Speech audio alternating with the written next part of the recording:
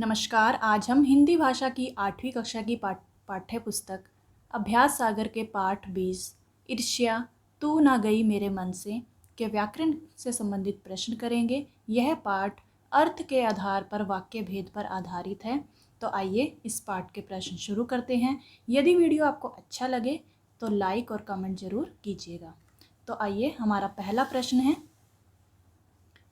नीचे दिए गए वाक्यों को ध्यान से पढ़िए तथा उनसे प्रकट होने वाले उचित अर्थ या भाव पर सही का निशान लगाइए। ये कुछ वाक्य दिए गए हैं, हमें इन्हें पढ़ना है और इन वाक्यों को पढ़ने से इनसे जो भाव निकल रहा है या इस वाक्य का अर्थ क्या है, उस अर्थ पर हमें सही का निशान लगाना है। जैसे पहला वाक्य है, वह अपनी तुलना दूसरों से करता है, यानी कि वो अपने आप को दूसरों से कम आंकता है। तो यहाँ पर कौन सा भाव उत्पन्न हो रहा है, आश्चर्य का या चिंता का? यहाँ पर चिंता का भाव उत्पन्न हो रहा है। ठीक है।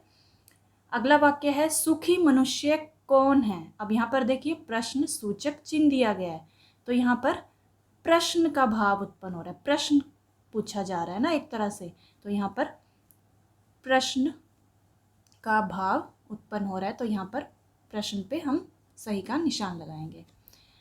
अगला वाक्य है, काश एजेंट का वैभव भी मेरा होता। अब इस वाक्य में इच्छा व्यक्त की जा रही है या चिंता? तो इसमें जहाँ पर भी ये जैसे ये काश शब्द आ गया है, यानी उसकी इच्छा है ये कि काश मैं डॉक्टर बन जाऊं। जैसे कई वाक्य है ना, जैसे काश मैं अमीर होता, काश मैं वैज्ञानिक होता। इस तरह से जो भी इच्छा व्यक्त की जाती है जहाँ पर, वहाँ पर क्या होता है, इच्छा का भाव उत्पन्न होता है। तो काश एजेंट का वैभव भी मेरा होता, तो इसमें क्या है, इच्छा व्यक्त की जा रही है। ठीक है। अगला वाक्य है, अपने चरित्र को सुदृढ़ बनाएं। ठीक है। तो इसमें हमें सूचना, चेतावनी या सुझाव का भाव उत्पन्न हो रहा है। यहाँ पर सुझाव का भाव उत्पन्न हो रहा है, यहाँ पर सुझाव दिया जा रहा है कि अपने चरित्र को सुदृढ़ बनाएं। ठीक है। अगला वाक्य है, किसी से ईर्ष्या मत करो। ये चेतावनी है या निषेध है? तो ये निषेध का भाव है, मत करो यानी ये काम मत करो, किसी से ईर्ष्या मत करो। जहाँ पर भी कोई भी काम ना करने की बात कही जाए, ना करने की, यानी कि जिस वाक्य में मतलब नहीं का प्रयोग किया जाए, जैसे किसी से ईर्ष्या मत करो, इसका मतलब यही है कि किसी से भी ईर्ष्या नहीं करनी चाहिए, है ना। तो नहीं जहाँ पर शब्द आ जाता है या उसका भाव उत्पन्न होता है, तो वहाँ पर क्या होगा, निषेध। ठीक है।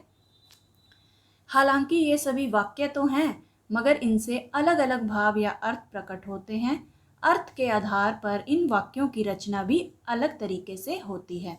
तो आइए यह जानने की कोशिश करें कि अर्थ के आधार पर कितने प्रकार के वाक्य होते हैं। मैं आपको यहाँ पर बता देती हूँ। अर्थ के आधार पर वाक्य के 8 भेद होते हैं। ठीक है, जिनके बारे में हम यहाँ आगे पढ़ेंगे। अगला प्रश्न है, नीचे दिए गए वाक्यों को पढ़िए। हमने जीवन में कई पड़ोस बदले हैं। उस दिन शनिवार था, उसका रोम रोम पुलकित हो उठा।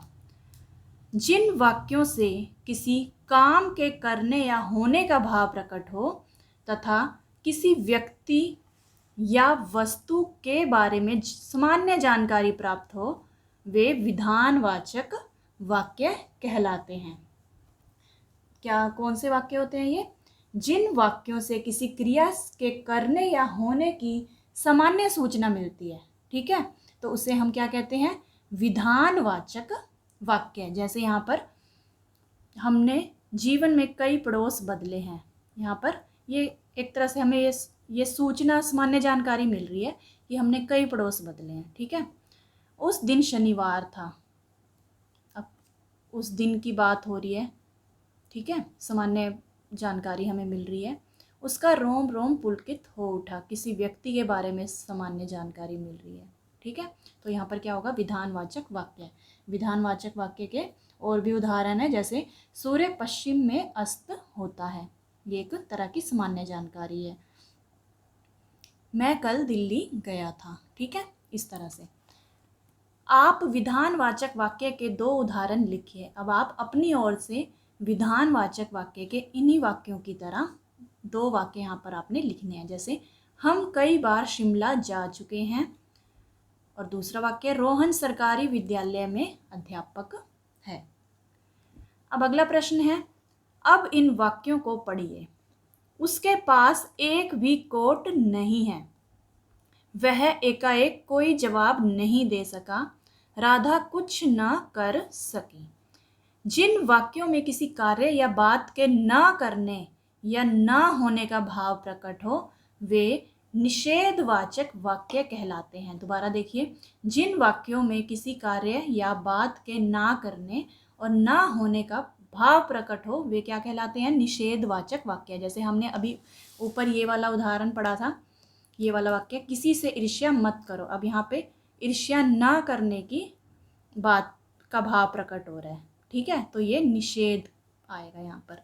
उसी तरह से इन सभी वाक्यों में देखिए, उसके पास एक भी कोट नहीं है। अब जहाँ पर भी नहीं आ गया ना, जैसे यहाँ पर वह एकाएक कोई जवाब नहीं दे सका, राधा कुछ न कर सकी, तो ये सभी क्या है? निषेधवाचक वाक्य के उदाहरण। अब हमें निषेधवाचक वाक्य के ही 2 उदाहरण अपनी ओर से बनाने हैं। पहला हमने बनाया, हमें कभी भी झूठ नहीं बोलना चाहिए, और दूसरा, रमेश दिल्ली नहीं जा पाया। अब देखिए नहीं आ गया यहाँ पर, ठीक है। नीचे दिए गए वाक्यों को पढ़िए। चौथा प्रश्न है ये हमारा, बाहर खेलो, अंदर आ जाओ, जोर से मत बोलो। जिन वाक्यों में किसी व्यक्ति को आदेश या निर्देश देना हो वे क्या कहलाते हैं? आज्ञार्थक वाक्य कहलाते हैं। कि हमने आगे आदेश दिया कि बाहर खेलो और अंदर आ जाओ, ये भी एक तरह का आदेश है। जोर से मत बोलो, ये भी एक तरह का आदेश दिया जा रहा है कि जोर से मत बोलो। तो ये क्या है? आज्ञार्थक वाक्य के उदाहरण। जैसे यहाँ से चले जाइए या अपना अपना काम करो, एक तरह से आज्ञा दी जा रही है, ठीक है। अगला प्रश्न, नीचे दिए गए वाक्यों को पढ़िए। तुम कहाँ जा रहे हो? क्या तुमने सारे आम खा लिए? जिन वाक्यों में प्रश्न पूछा जाए वे प्रश्नवाचक वाक्य कहलाते हैं। अब देखिए, एक तो हम प्रश्न सूचक चिन्ह लगा हुआ है यहाँ पर, इससे भी पहचान कर सकते हैं। और जहाँ पर भी कहाँ, क्यों, क्या, किसने, कौन, ये शब्द वाक्य में आ जाए तो इसका अर्थ यही है कि यहाँ पर प्रश्न पूछा जा रहा है कि तुम कौन हो, तुम कहाँ जा रहे हो, यह गिलास किसने तोड़ा। तो ये क्या है? सभी प्रश्नवाचक वाक्य के उदाहरण है, ठीक है। अब हमें अपनी ओर से 2 वाक्य बनाने हैं। तो हमने पहला बनाया, आप क्या कर रहे हो, फिर यहाँ पे प्रश्न सूचक चिन्ह कि आप क्या कर रहे हो। तो अब हमने ये प्रश्न पूछा है तो हमें सामने से उत्तर मिलेगा ना, तो इसलिए ये क्या है? प्रश्न सूचक या प्रश्नवाचक वाक्य, ठीक है। अगला बनाया हमने वाक्य, बस कितने बजे आएगी, कि बस कितने बजे आएगी, और यहाँ पे प्रश्न सूचक चिन्ह लगाया है, ये भी क्या है? प्रश्नवाचक वाक्य का उदाहरण। अगला प्रश्न, नीचे दिए गए वाक्यों को पढ़िए। अरे तुम यहाँ भी आ गए। हाय मेरे दांत में दर्द है। अब हमने ये वाक्य पढ़े, अब इन्हें समझते हैं। जिन वाक्यों में हर्ष, शोक, आश्चर्य, घृणा, दुख का भाव प्रकट होता है वे विस्मयादि बोधक वाक्य कहलाते हैं। जैसे अच्छा तुमने भी स्नान कर लिया, या आहा कैसा सुंदर दृश्य है। तो जहाँ पर भी हर्ष, शोक, आश्चर्य, घृणा या दुख का भाव प्रकट होता है वे विस्मयादि बोधक वाक्य कहलाते हैं। जैसे ओहो बड़ा जुल्म हो गया, या उनके साथ बहुत बुरा हुआ, है ना। तो यहाँ पर दुख का भाव उत्पन्न हो रहा है। अब हमें अपनी ओर से 2 विस्मयादि बोधक वाक्य के उदाहरण बनाने हैं। जैसे आहा कितने सुंदर फूल हैं, और अगला वाक्य है वाह आज तो मज़ा आ गया। अब अगला प्रश्न है, नीचे दिए गए वाक्यों को पढ़िए। काश हम चांद की सैर करते। आपकी यात्रा मंगलमय हो। भगवान करे तुम अपनी मंजिल प्राप्त करो। जिन वाक्यों में इच्छा, शुभकामना, अभिशाप का भाव प्रकट किया गया हो वे इच्छा बोधक वाक्य कहलाते हैं। अब यहाँ पर इच्छा व्यक्त की जा रही है कि काश हम चांद की सैर करते, और यहाँ पे शुभकामना दी जा रही है, आपकी यात्रा मंगलमय हो या आपका दिन शुभ हो। ठीक है, तो जहाँ पर भी इच्छा, शुभकामना या अभिशाप का भाव प्रकट किया गया हो वहाँ पर क्या होगा, इच्छा बोधक वाक्य। ठीक है, अब हमें भी इच्छा बोधक वाक्य के 2 उदाहरण अपनी ओर से बनाने हैं। जैसे आपका दिन शुभ हो, यहाँ पर शुभकामना दी जा रही है। भगवान तुम्हें दीर्घायु प्रदान करे, यहाँ पे भी शुभकामना दी जा रही है। ठीक है, अगला प्रश्न है, निम्नलिखित वाक्यों को पढ़िए। शायद कल बारिश हो जाए, हो सकता है कोई ना आए। जिन वाक्यों में संदेह का भाव प्रकट हो वे संदेह बोधक वाक्य कहलाते हैं। ठीक है, जहाँ पर संदेह हो कि ये काम हो भी सकता है और नहीं भी हो सकता। ठीक है, कि शायद कल बारिश हो जाए, अब पक्का नहीं है कि बारिश होगी ही होगी, यहाँ पर संदेह है कि शायद कल बारिश हो जाए।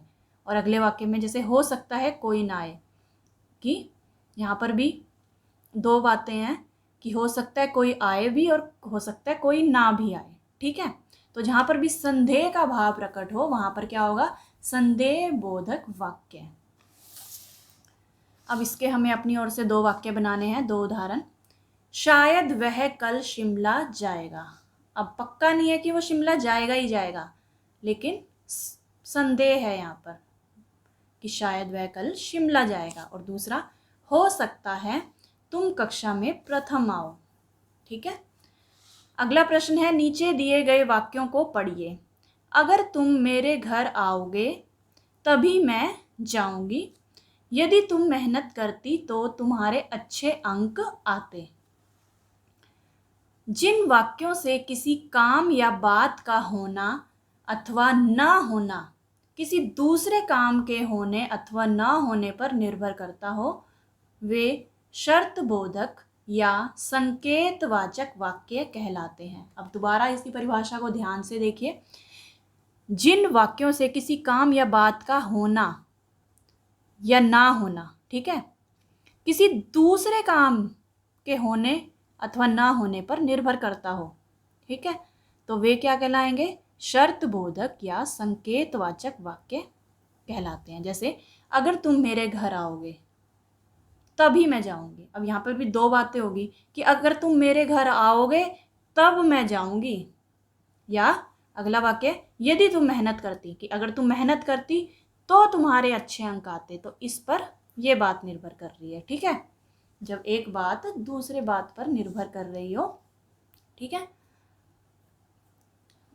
अब हमें अपनी ओर से वाक्य बनाने हैं इसके संकेतवाचक वाक्य के या शर्त बोधक। ठीक है, अगर तुम मेरी सहायता करोगे तो मैं भी तुम्हारी मदद करूँगा, कि अगर तुम मेरी सहायता करोगे तो मैं तुम्हारी मदद करूँगा। ठीक है, यदि तुम परिश्रम करते तो अवश्य सफल होते, कि यदि तुम परिश्रम करते तो सफल होते।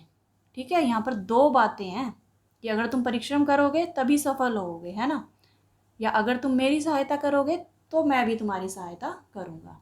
ठीक है, तो इस तरह से हमें ये वाक्य बनाने थे, और आगे के प्रश्न हम अगली वीडियो में करेंगे। तो मिलते हैं अगली वीडियो में, तब तक के लिए नमस्कार।